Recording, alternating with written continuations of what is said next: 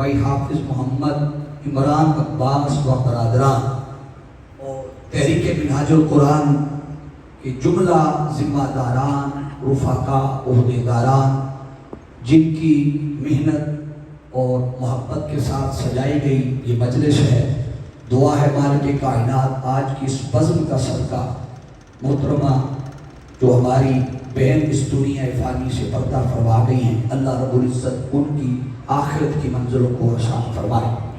تحریک منہاج القرآن مرکز کی جانب سے اور حضور سیدی شیخ الاسلام پروفیسر ڈاکٹر محمد طاہر القادری مدد اللہ العالی، آپ کا اسپیشل پیغام اہل خانہ تک تعزیتی کلمات آپ کے صاحبزادگان، صاحبزادہ ڈاکٹر حسن محی الدین قادری صاحب، صاحبزادہ ڈاکٹر حسین محی الدین قادری صاحب، آپ کی خصوصی ہدایت پر اور حکم پر آج کی اس تعزیتی مجلس میں حاضر ہوا ہوں۔ دعا ہے مالک کائنات ہماری بابی جان کی آخرت کی منزلیں آسان فرمائے۔ حاضرین مکرم، میں نے عنوان موضوع کے لیے قرآن مجید 27واں پارہ ہے اور سورہ الحدید ہے، اس کی ایک آیت مبارکہ کی تلاوت کرنے کا شرف حاصل کیا ہے۔ میری اس مختصر سی گفتگو کو میں نے 2 حصوں میں تقسیم کیا ہے۔ پہلا حصہ موقع کی مناسبت سے اعمال صالحہ اور فکر آخرت کے حوالے سے ہوگا، اور آخرت میں جو سب سے کامیاب عمل، اللہ کی بارگاہ میں مقبول ترین عمل، جو اللہ کا پسندیدہ عمل ہوگا، وہ عمل کیا ہے، گفتگو کے دوسرے حصے میں ہم اس پر گفتگو کریں گے۔ اللہ رب العزت نے ارشاد فرمایا یوم ترا، اے حبیب مکرم صلی اللہ تعالیٰ علیہ وسلم، یہ خطاب اللہ نے اپنے محبوب کو فرمایا، اپنے حبیب سے مخاطب ہوا مولا اور فرمایا حبیب آپ دیکھیں گے اپنی امت کے مومن مردوں کو بھی اور عورتوں کو بھی۔ اب دیکھیے دونوں طبقات کو شامل کیا، فرمایا مومن مردوں کو بھی دیکھیں گے اور عورتوں کو بھی دیکھیں گے، کیا کیفیت ہوگی، کیا حالت ہوگی، کیا سچویشن ہوگی۔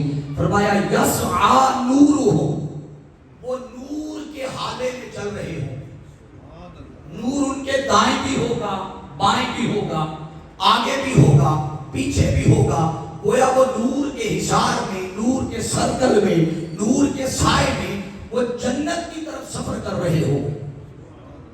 اور جنت بھی کون سی؟ فرمایا تحتہا الانہار، جس کے نیچے نہریں بہہ رہی ہوں، خالدین فیہا، اور وہ ہمیشہ ہمیشہ اس میں رہیں گے۔ ذالک ھو الفوز العظیم، فرمایا یہ جنتوں کا ملنا، نعمتوں کا ملنا اور انعام و اکرام کا ملنا، بشارتوں کا ملنا، خوشخبریوں کا ملنا، بخشش و مغفرت کا ملنا، فرمایا یہ ذالک الفوز العظیم، یہ عظیم کامیابی ہے۔ اے میرے محبوب، جو آپ کی امت کے مومن مردوں کو بھی اور مومن عورتوں کو بھی اللہ سنا رہا۔ اب حاضرین مکرم، اب پہلا لفظ بڑا توجہ طلب ہے۔ اللہ رب العزت نے خطاب کیا ہے اپنے محبوب کو اور فرمایا کہ آپ دیکھیں گے۔ بولیے کیا آپ دیکھیں گے؟ کیا دیکھیں گے؟ یہ بات کہنے کی کیوں ضرورت پیش آئی؟ اس انداز میں خطاب کیوں کیا؟ اس کے 2 ہی معنی ہو سکتے ہیں، یہ ذہن نشین کر لیں۔ یہ لفظ 2 ہی معنوں میں بولا جا سکتا۔ جب بندہ کسی کو کہے نا آپ دیکھنا، تو ایک تو ہے دھمکی والا انداز، کسی کو ڈرانے والا انداز، جیسے آپ روزمرہ کے معاملات میں آپ کسی کو اپنی طاقت دکھانا چاہیں، اپنے سورسز یا اپنی اپروچ دکھانا چاہیں، تو آپ کہتے ہیں کہ آپ کو میرا اس دن پتا چلے گا، یا اس دن میدان میں پتا چلے گا، یا عدالت میں پتا چلے گا، یا کچہری میں پتا چلے۔ آپ یہ دھمکی والا انداز کہہ کر کسی کو کہتے ہیں اس دن دیکھنا۔ تو اللہ رب العزت اپنے محبوب کو اس معنی میں نہیں کہہ رہا، توجہ کیجیے گا، اس معنی میں نہیں کہہ رہا، ڈرا نہیں رہا، بلکہ حوصلہ دے رہا، تسلی دے رہا اپنی امت کے حوالے سے۔ اور وہ کیا ہے کہ حبیب آپ اپنی امت کے بارے میں جو غم زدہ رہتے ہیں، پریشان رہتے ہیں، اور ہر وقت حالت سجدہ میں ان کی بخشش و مغفرت کے لیے اللہ کے حضور التجائیں کرتے ہیں اور بخشش اور مغفرت طلب کرتے ہیں، محبوب آپ پریشان نہ ہو، اس دن منظر دیکھنا محشر کے میدان میں کہ میرے محبوب جب رب کائنات آپ کی امت کے مومن مردوں کو اور عورتوں کو جنت کی خوشخبریاں سنا رہا ہوگا، انعام و اکرام کی خوشخبریاں سنا رہا ہوگا، اور وہ نور جو اعمال کی شکل میں آپ کی امت کے لوگ دنیا سے جمع کر کے لائے ہوں گے، فرمایا اس نور کے حالے میں آپ کو جنت کی طرف آپ کی امت کے لوگوں کو لے جایا جا رہا ہوگا۔ میرے محبوب آپ پریشان نہ ہو، منظر تو تب دیکھنے والا ہو، بولیے منظر تو تب دیکھنے والا ہو۔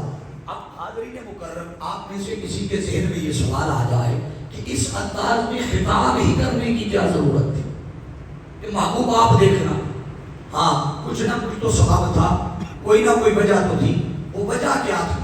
حاضرین مکرم، آقا علیہ السلام چونکہ ہر وقت اپنی امت کے بارے میں پریشان رہتے اور حالت سجدہ میں جا کے دعائیں کرتے، مناجات کرتے، بخشش و مغفرت مانگتے، رب کائنات نے جب دیکھا اللہ نے جبریل کو بھیجا، فرمایا جبریل جا کر میرے محبوب کو حوصلہ دے اور تسلی دے اور بتا دے کہ محبوب آپ اپنی امت کے بارے میں پریشان، بولیے ذرا، پریشان نہ ہوا کریں، ہم آپ کو والا سو کا یوتی کا رب کا فتح دا، محبوب اتنا عطا کریں گے کہ میرے محبوب آپ راضی ہو جائیں۔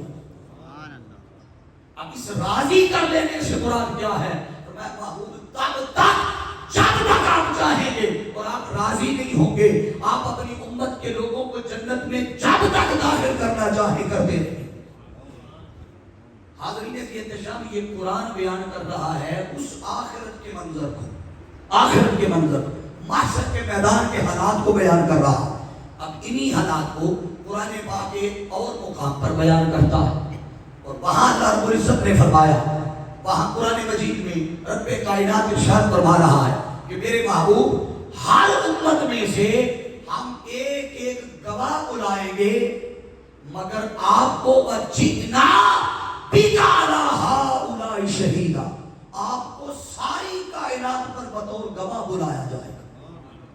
اب ذرا توجہ سے سنیے، جب حضور سب پر گواہی دیں گے تو سوال پیدا ہوتا ہے کہ جو زمانہ آقا علیہ السلام کا ظاہری حیات کا زمانہ ہے، جو لوگ اس زمانے میں آئے ان پر تو اگر آقا گواہی دیں تو بات سمجھ میں آتی ہے، مگر آقا علیہ السلام سے جو زمانے پہلے بیت گئے، جو نبی پہلے بیت گئے، جو امتیں پہلے چلی گئیں، ان کے احوال پر آقا گواہی کیسے دے؟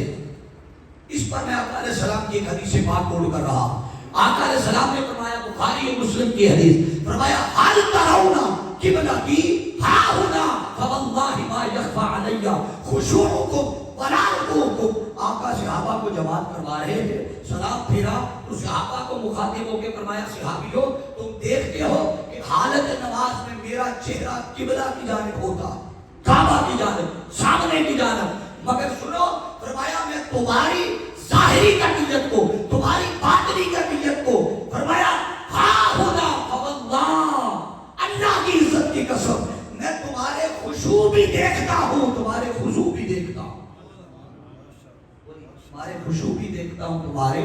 چلے دو چیزیں حدیث پاک میں آئی ہیں، ایک کا تعلق ظاہر سے ہے، ایک کا تعلق، سارے بولیے ذرا، ایک تعلق باطن سے ہے۔ کوئی کہے کہ ظاہری طور پر ساتھ امام کے پیچھے پہلی صف میں 2-4 آدمی کھڑے ہوں تو ان کو کانی آنکھ کر کے دیکھنا محال نہیں ہے، مشکل نہیں ہے، مگر آقا علیہ السلام نے دو چیزوں کا ذکر کیا، ایک ظاہری حالت کا، چلے کوئی کہہ دے کہ سامنے کھڑا بندہ امام، ساتھ کے 2-4-5 آدمی دیکھ سکتا ہے کہ وہ کس حالت میں ہے، مگر آقا نے فرمایا ما یخفى علی خشوعکم، میں تمہارے خشوع بھی دیکھتا ہوں، اور خشوع کسی ظاہری عمل کا نام نہیں ہے، اندر کی کیفیت، اندر کی حالت کا نام ہے۔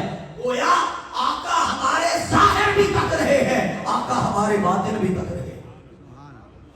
اب یہ دوسری مثال قرآن سے ہو گئی، اب میں تیسرا مقام کوڑ کر رہا ہوں، اسی محشر کے میدان میں ہونے والے منظر نامے، اور پھر بتاؤں گا کہ ان میں اعمال صالحہ کا نور ملے گا کہاں سے اور کیسے ملے گا۔ حاضرین مکرم، یہ قرآن مجید کا سورہ زمر کا ایک مقام ہے۔ اللہ نے ارشاد فرمایا، وسیق الذین اتقوا ربهم الی الجنۃ زمرا، فرمایا جب قیامت والے دن اللہ کی بارگاہ میں تقوی والے لوگ آئیں گے،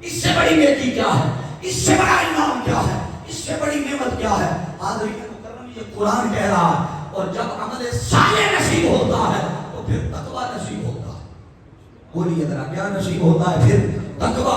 اور قرآن اسی تقوی کو بیان کرتے ہوئے فرماتا ہے جب وہ تقوی والے لوگ آئیں گے، وسیق الذین اتقوا ربہم الی الجنۃ زمرا، جب وہ محشر کے میدان میں حساب و کتاب کے بعد جنت کی طرف بڑھیں گے، جنت کی طرف، یہ بڑی اہم بات ہے، جنت کی طرف بڑھیں گے تو جنت کے دروازوں پر دربان کھڑے ہوں گے۔ کیا دربان؟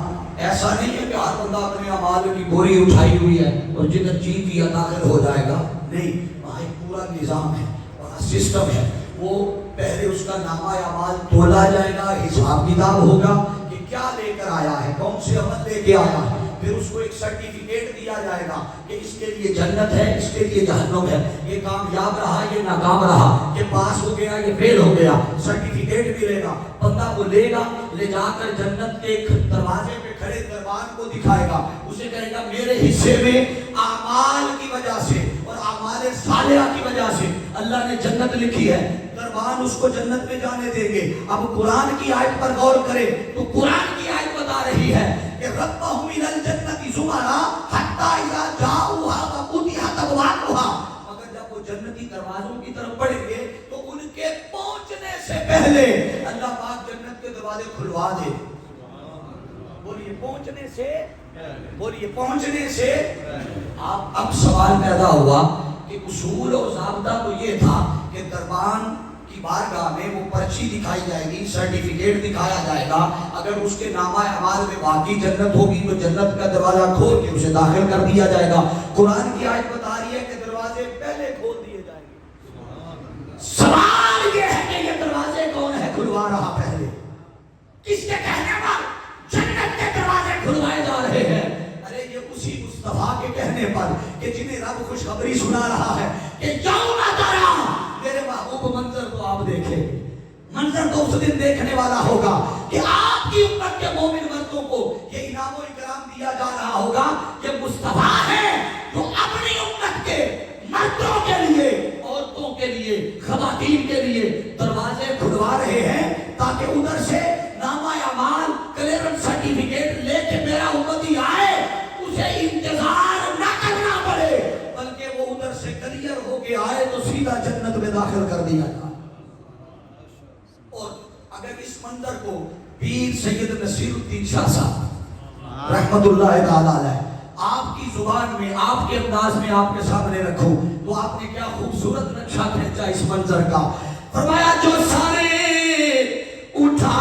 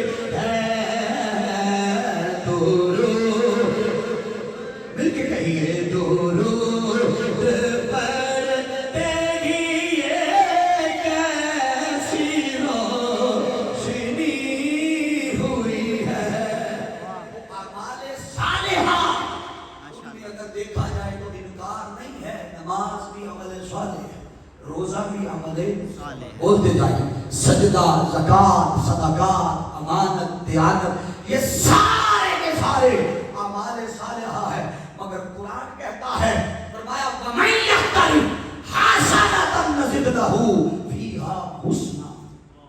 اللہ فرمایا جو شخص کوئی نیکی لے کے آئے گا یا عمل صالح لے کے آئے گا، اللہ فرما رہا ہے کہ ہم اسے اس کی اس نیکی کا اجر کئی گنا بڑھا کر عطا کریں گے۔ سبحان اللہ، بولیے کئی گنا، بولیے بڑھا کر عطا کریں گے۔ حاضرین مکرم، سوال یہ ہے کہ وہ کون سی نیکی ہے، وہ کون سی نیکی ہے کہ جس کا اجر بڑھایا جائے گا؟ حاضرین مکرم، سوائے اس کے ہیں تو ساری نیکیاں، مگر قیامت والے دن اگر یہ ساری نیکیاں جمع کر کے لے گئے، نماز سے لے کر صدقات و زکات تک کی ساری نیکیاں، اور پہاڑوں کے پہاڑ ڈھیروں کے ڈھیر ہو گئے، مگر ساتھ محبت مصطفیٰ اور محبت اہل بیت کی نیکی اور عمل صالح نہ ہوا تو رب کائنات سارے کے سارے اعمال اٹھا کر دوزخ کا ایندھن بنا دے۔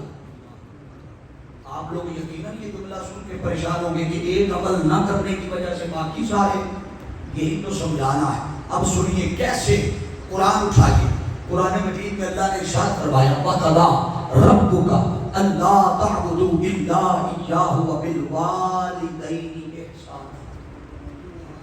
اللہ کے ساتھ کسی کو شریک، بولیے ذرا، اللہ کے ساتھ کسی کو شریک نہ ٹھہراؤ، اللہ کی عبادت کرو، اس کی بندگی کرو، اور ساتھ کیا فرمایا وَبِالْوَالِدَيْنِ احسانًا، والدین کے ساتھ کیا کرو؟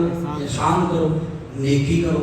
اب آپ اگر قرآن کا اسلوب اور طریقہ دیکھیں تو آپ اٹھائیے قرآن مجید کی سورہ نساء، اللہ نے وہاں یہی بات کرنے کی ترتیب اور انداز میں بیان کی ہے۔